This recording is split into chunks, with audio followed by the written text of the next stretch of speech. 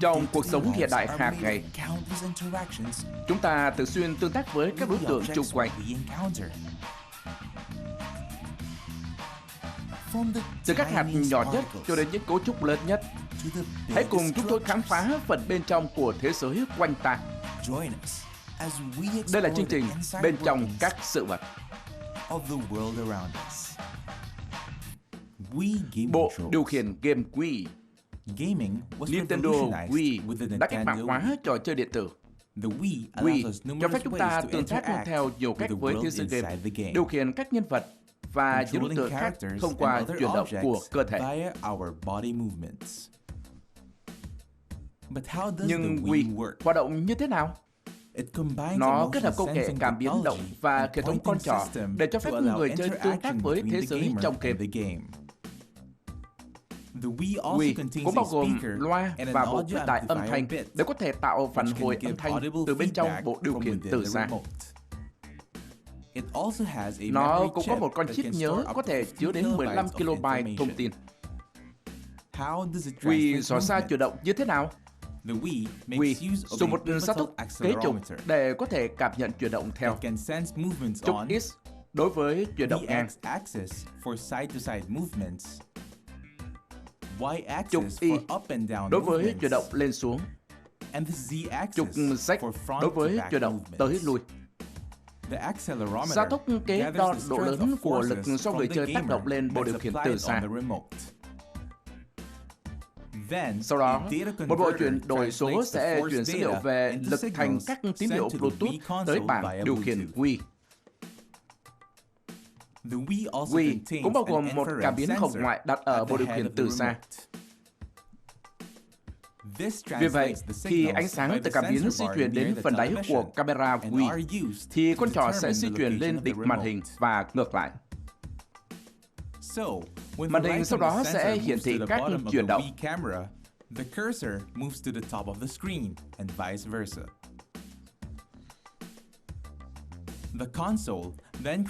Sau cùng, Wii cũng có một bộ zoom ở dưới đáy của bộ điều khiển từ xa. Nó sẽ zoom theo những hành động trong game.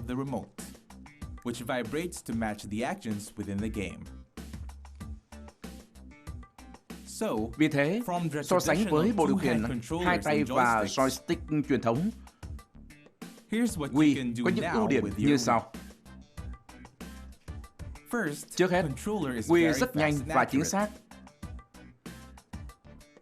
Các hiệu ứng diễn ra chính xác khi bạn di chuyển nó. Thứ hai, trải nghiệm game gần với thực tế hơn. Chẳng hạn với trò đấu kiếm hay câu cá, bộ điều khiển Wii tốt hơn thành điều khiển joystick nhiều. Và sau cùng, Wii cho phép thực hiện các động tác sống như thực, nhất là với các trò chơi vận động. Chơi tennis hay boxing với Wii có thể có tác dụng như một bài tập cardio vậy.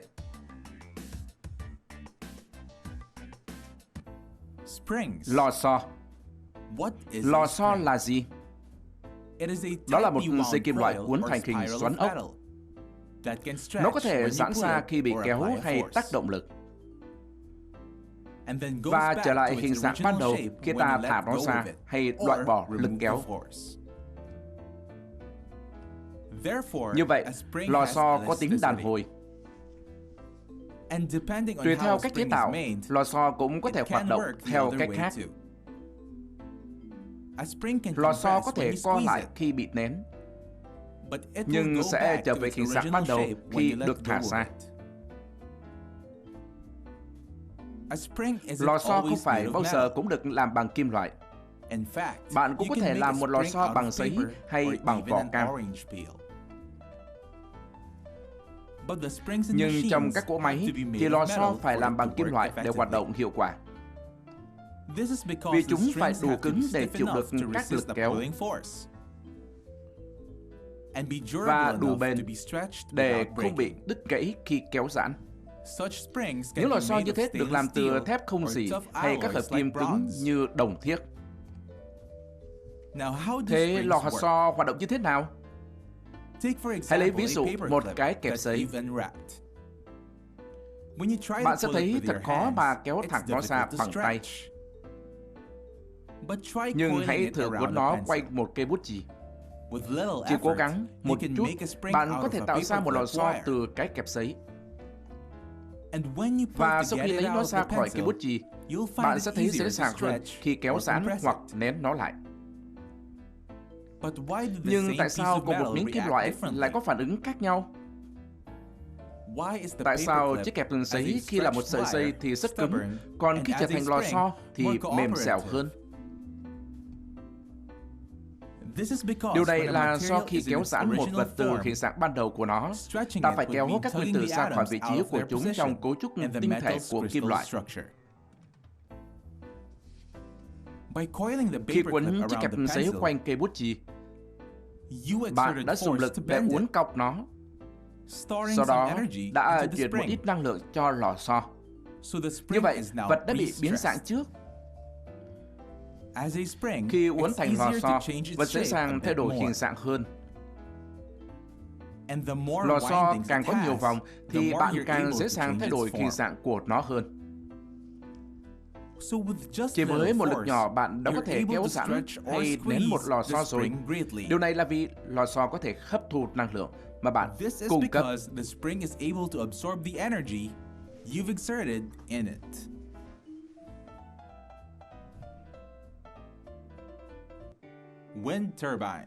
Tua bin gió là gì? Tua bin gió hoạt động theo một nguyên tắc khá đơn giản. Trước hết, tua bin gió lấy năng lượng gió để làm quay từ 2 đến 3 cánh quạt quanh một rotor. Rotor được kết nối với một trục chính, và trục này sẽ làm quay một máy phát điện. Nhưng nó tạo ra điện như thế nào? Tua bin gió có nguyên lý hoạt động ngược lại với quạt điện. Tua bin gió dùng gió để tạo ra điện. Gió là một dạng năng lượng cơ học.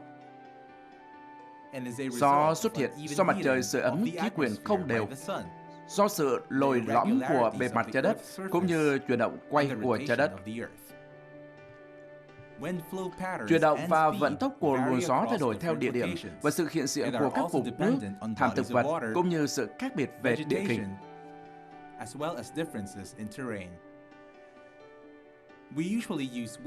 Chúng ta dùng động năng của gió cho nhiều mục đích khác nhau, chẳng hạn như đi thuyền buồm, thả diều và dĩ nhiên để tạo ra điện nữa. Tua bin gió biến động năng của gió thành năng lượng cơ học. Năng lượng này sau đó được dùng vào những việc như bơm nước hay xay hạt. Một áp dụng thông thường nữa là dùng máy phát điện để biến đổi cơ năng này thành điện năng. Có hai loại tua bin gió thông thường. Loại thứ nhất có trục nằm ngang và thường có 2 hay 3 cánh quạt. Những tua bin này hoạt động theo chiều gió thổi với các cánh quạt hướng về phía gió. Loại còn lại có thiết kế trục thẳng đứng, tương tự như kiểu máy đánh trứng Darius, theo tên của nhà phát minh người Pháp Darius.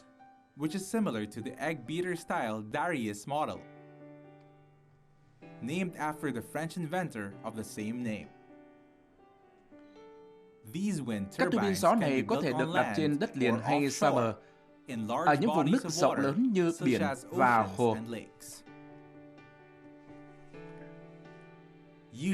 Thường thì tua bin phát điện có công suất từ 100 kW tới nhiều megawatt.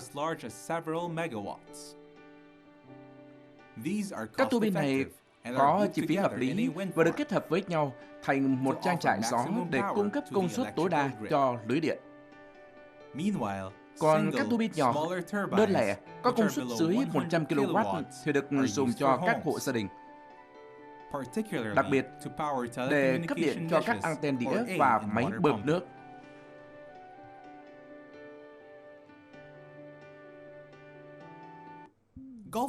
Banh gôn. Bạn sẽ kinh ngạc khi nhìn thấy phần bên trong của một trái banh gôn. Công nghệ đã cải tiến lớp vỏ bọc của banh, chẳng hạn như dùng những vết lõm nho nhỏ để làm cho nó bay xa và thẳng hơn. Phần bên trong cũng vậy. Bên trong lớp vỏ là một hỗn hợp các vật liệu và cấu trúc khác nhau để làm cho banh bay ổn định hơn. Vậy banh gôn có cấu trúc như thế nào? Trước hết là phần lõi. Phần lõi của banh gôn được tạo thành từ rất nhiều yếu tố và chất liệu khác nhau. Đã có lúc người ta dùng loại banh gôn gồm có 3 phần, trong đó phần lõi là chất lỏng. Một số banh chứa hỗn hợp nước muối và siro bắp. Nhưng ngày nay, hầu hết banh gôn đều có lõi làm từ cao su tổng hợp hay hỗn hợp cao su và các màu kim loại như wolfram hay titan hoặc acrylat, một vật liệu giống như nhựa. Kế đến là các lớp bên trong. Trước đây, hầu hết banh gôn đều được bọc bằng cao su nhân tạo hay nhựa.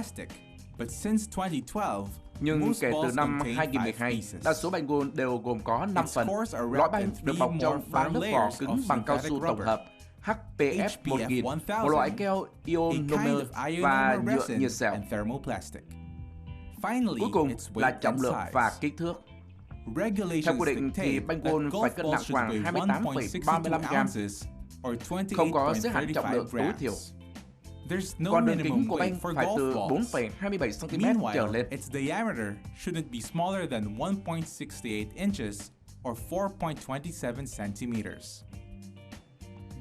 Vì bên trong banh là cả một hỗn hợp các chất, nên một số người thậm chí còn cắt banh ra để xem thành phần bên trong.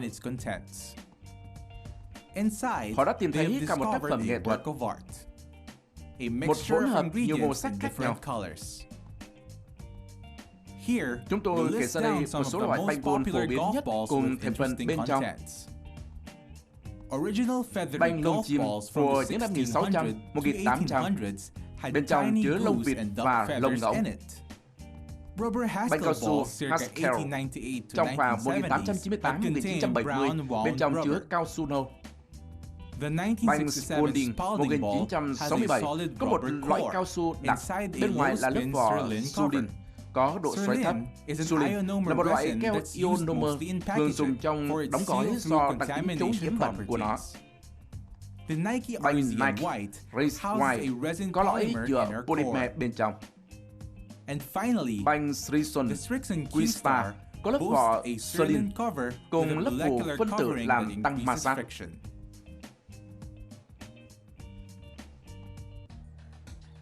Lựu đạn cầm tay. Lựu đạn cầm tay là gì? Lựu đạn cầm tay là những quả bom nhỏ hoạt động như kiểu pháo hoa. Giống như pháo hoa, chúng có các vỏ làm bằng giấy, bên trong chứa thuốc súng hay chất nổ và chất độn hóa học cùng với một ngòi nổ nhỏ. Khi ngòi nổ được đốt cháy, nó sẽ dẫn lửa tới chỗ thuốc nổ và kích nổ. Điểm khác biệt duy nhất là pháo hoa cần có một người đốt, chẳng hạn bằng que xiên. Còn lựu đạn cầm tay thì được kích hoạt bằng một thiết bị cơ học. Bằng cách nào? Trước tiên, cầm lựu đạn bên tay mà bạn sẽ dùng để ném. Dùng ngón cái giữ chốt an toàn. Tay còn lại kéo chốt an toàn. Sau đó thả chốt an toàn và ném lựu đạn. Một lò xo sẽ làm bung chốt an toàn và xoay thanh kích đập vào mồi lửa. Mồi lửa chứa vật liệu tương tự như đầu que xiêm. Khi bị đập vào, nó sẽ phát lửa làm cháy ngòi nổ. Ngòi nổ sẽ cháy với một tốc độ được kiểm soát để cung cấp một độ chết lên đến 5 giây. Và khi ngọn lửa trên ngòi nổ lan đến chỗ kích nổ, nó sẽ kích cho lựu đạn phát nổ. Có nhiều loại lựu đạn cầm tay. Trước hết là lựu đạn tấn công. Lựu đạn tấn công chứa chất nổ hay TNT dạng viên trong một vỏ làm bằng sợi ép, có hai đầu làm bằng kim loại tấm. Chúng được dùng để phá hủy và làm choáng kẻ thù ở những không gian đóng kín. Kế đến là lựu đạn miệng. Chúng có vỏ bằng gang, được thiết kế để vỡ thành nhiều mảnh nhỏ khi nổ. Loại lựu đạn này nặng tới 595 gram. Ngoài ra, còn có lựu đạn hóa học được dùng cho nhiều mục đích khác nhau, tạo ra ảnh hưởng độc hại hay gây khó chịu. tạo khói để che tầm nhìn hay phát tín hiệu, hoặc để gây ra cháy nổ. Một số còn có đai kim loại để ngăn cho nó khỏi lăn. Và một kíp nổ chậm cho phép trì hoãn tới 2 giây sau khi rút chốt. Một ví dụ phổ biến về lựu đạn hóa học là lựu đạn hơi cay dạng chày, thường được sử dụng để kiểm soát bạo loạn. Loại lựu đạn thứ tư là lựu đạn dùng để luyện tập. Chúng chứa ít thuốc nổ hơn vì lý do an toàn trong khi tập luyện. Và sau cùng là lựu đạn dùng trong huấn luyện. Chúng hoàn toàn không chứa thuốc nổ hay hóa chất và được dùng để thực hành ném.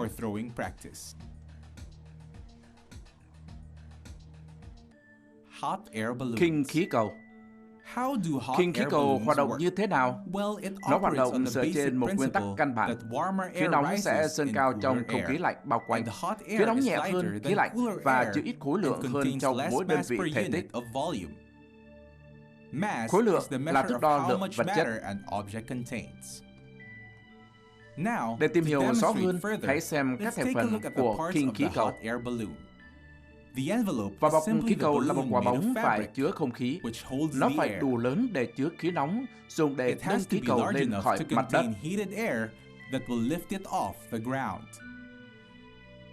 Chẳng hạn, một vỏ bọc khí cầu sẽ cần đến 1.841 mét khối không khí nếu phải nâng một khối lượng 453.592 gram. Máy đốt là bộ phận thổi nhiệt vào trong vỏ bọc khí cầu. Máy đốt dùng khí propan để làm nóng không khí trong vỏ bọc. Đây cũng là bộ phận giúp cho khí cầu rời khỏi mặt đất và bay lên cao. Và khoang bay là nơi dành cho hành khách và người lái. Trước hết, người lái phải kích hoạt máy đốt đều đặn trong suốt chuyến bay. Điều này giúp duy trì sự ổn định cho khí cầu. Khí nóng không thể thoát ra khỏi lỗ hổng dưới đáy vỏ khí cầu. Trước hết, vì khí nóng luôn luôn dâng cao. Và thứ hai là vì lực nổi. Lực này hướng lên và tiếp tục đẩy khí nóng lên trên. Để bay lên, người lái sẽ mở van khí propan để đưa khí vào máy đốt. Khí cháy bùng lên và truyền nhiệt vào vỏ bọc khí cầu. Để khí cầu đi xuống, người lái dùng một van xù. Van xù là phần vải hình tròn được cắt rời ra ở chóp của vỏ bọc khí cầu. Chiếc van này được điều khiển bằng một sợi dây dài xuyên qua vỏ bọc khí cầu, đi đến khoang bay. Để khí cầu đi xuống, người lái chỉ việc kéo sợi dây để mở van xù. Van xù mở ra, khiến cho khí nóng thoát bớt ra ngoài, làm giảm nhiệt độ khí bên trong vỏ bọc hay làm nguội khí. Điều này sẽ làm giảm tốc độ và đưa khí cầu xuống thấp. Ngoài ra, khí cầu cũng có thể bay ngang theo hướng gió. Gió sẽ thổi theo nhiều hướng khác nhau ở các độ cao khác nhau. Nên người lái chỉ cần nương theo hướng gió. Khí cầu sẽ được điều khiển lên cao hoặc xuống thấp đến độ cao thích hợp để nó có thể bay theo gió. By ascending or descending the balloon to the specific level, so that it can ride with the wind.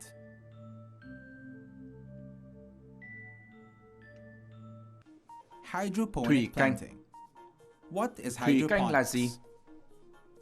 Từ thủy canh có nguồn gốc từ tiếng Latin, có nghĩa là làm việc với nước.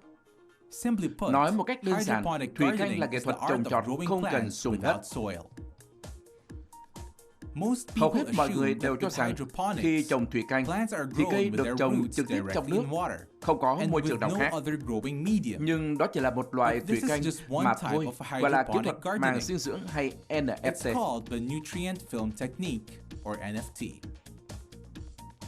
Ngoài ra, còn có nhiều biến thể của phương pháp NFT và rất nhiều kỹ thuật trồng trọt thủy canh khác nữa. Vì sao thủy canh lại hiệu quả như vậy? Thủy canh cho kết quả tốt vì nó đáp ứng thật chi tiết các nhu cầu cụ thể của cây trồng. Cây cần gì? Khi nào? Bao lâu? Và bao nhiêu? This way, the Bằng cách plant đáp grows ứng to các nhu become cầu its đó, cây healthiest. sẽ phát triển một cách tốt nhất. And as So compared to sánh soil, với trồng trên đất, hydroponics tưới seems canh to có be vẻ là an một easier quá trình process. dễ dàng hơn. Here, Cây được trồng trong plants are giá grown thể in trơ an inert growing medium. In a và perfectly dung dịch balanced dinh dưỡng có độ pH-adjusted pH cân nutrient bằng hoàn solution hảo, that's được delivered to phân the phối plant's đến roots rễ in cây a dưới highly dạng dễ soluble hòa tan. form. Because of this, Nhờ đó, cây the trồng plants có are thể dễ able dàng to hấp thu absorb các dưỡng everything chất it cần needs thiết. with just little effort. Unlike with Còn soil, khi trồng trong the đất roots thì have to rễ look cây for the phải tìm kiếm nutrients dưỡng and chất extract để hấp thu. these. Another downside Một nhược điểm is that khác the là soil đất có may be thể bị lacking in thiếu dưỡng chất. nutrients. Usually, Điều this thường xảy ra happens khi when đất the được soil canh has tác been liên used tục for không ngừng. successive plantings. Now, what is Thế growing giá thể medium? là gì? Growing Giá medium thể is là the chất liệu mà material cây in trồng which the bám rễ roots vào of đó the để plants phát are triển. growing. It may Nó có contain thể a chứa nhiều variety chất of khác nhau như substances, bông khoáng, including rock wool, đá chân châu, perlite, chất khoáng tự vermiculite, nhiên, coconut xơ fiber, dừa, gravel, sỏi, sand, cát and many more. và nhiều thứ khác nữa. But this Nhưng isn't giá what thể không gives cung the cấp plant dưỡng chất cho nutrition. cây trồng. All the Tất cả nutrition dưỡng comes chất from the đều chứa nutrient trong dung solution, dịch dinh dưỡng which is a là mixture hỗn of hợp water nước and và fertilizer. phân bón. The nutrient Thành phần dưỡng chất solution trong đó is được easy kiểm to soát control, dễ dàng tùy depending theo on nhu what cầu the của plants cây need to trồng. receive. The strength Nồng độ and và pH độ of the pH của nutrients dưỡng can chất also cũng có be thể được điều adjusted chỉnh để cây so trồng hấp plants thu get lượng thức just ăn the phù right hợp. amount of food. Likewise, Tương tự, the việc tưới watering nước and và cung feeding cấp thức ăn cycles cũng can có also thể be được kiểm soát controlled by bằng thiết time. bị định giờ. There you have it. Vậy là các bạn đã Another xem xong một tập nữa rồi. episode Thế down the nhưng hãy còn vô số điều khác để khám phá. Still, Hãy cùng chúng tôi tìm hiểu nhiều hơn về thế giới xung quanh trong tập sau. join us Hẹn gặp lại các bạn trong bên trong các sự vật. and know more about the world around us. See you next time on Inside Things.